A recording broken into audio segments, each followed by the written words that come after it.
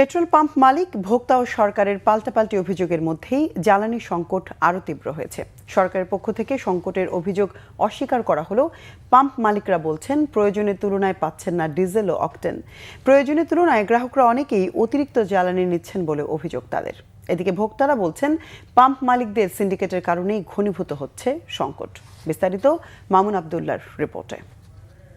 একবার নিয়ে গেল তো আবারও সিরিয়াল ছোট থাকলে আবার সিরিয়াল ধরে আসতেছে।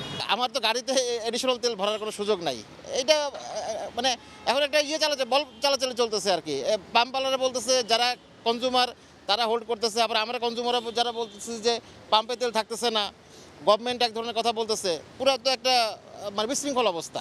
এত হাসাস করেন না, তেল আছে, তেল পাবেন আপনারা।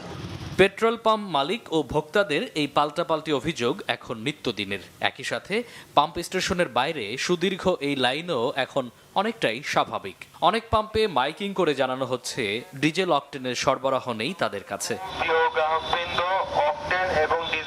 এই অবস্থায় বেশ বিপাকে ভোক্তারা।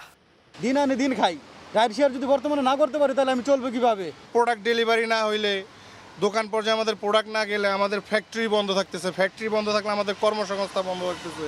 সব দিক দিয়েই তো সমস্যা। আমি আসছি হলো 4টে বাজে, এখন তো বাজে হলো আপনার 12টা 42। তারপরে জিজ্ঞেস করলাম পাম্প খুলবে কি না, তা বললো যে 2টার পরে গাড়ি একটা আসবে যদি পাই। দু একটি স্টেশনে জ্বালানি তেল আসলেও তা প্রয়োজনের তুলনায় অপ্রতুল বলে পাম্প মালিকরা জানান। পাটে নিচে 5000 দেয় না ডিজেল দিছে, ডিজেল ডালতেছে 9000। পেট্রোল পাম্প মালিক ওনার্স অ্যাসোসিয়েশন বলছে ভোক্তারা সংযত হলে এই সমস্যা অচিরেই কেটে যাবে। সম্মানিত ক্রেতাদের কাছে বিশেষভাবে অনুরোধ করছি, আপনারা তেল ক্রয়ে সংযত হন। আপনাদের সংযতায় পারে দেশের এই অবিরাম ক্ষুধা নিবারণ করতে। আমরা পর্যাপ্ত তেল ডিপোর থেকে যতটুকু অন্তত ভাগ ভাগ করে যা পাচ্ছি তা আপনাদের সেবায় সরবরাহ করছি। আমার এই ব্যবসার বয়স 50 বছর, আমি এরকম অবস্থা জীবনেও দেখিনি।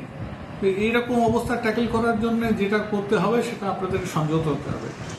সমস্যা সমাধানে মাঠ পর্যায়ে সরকারের নজরদারি বাড়ানোর তাগিদ সচেতন গ্রাহকদের।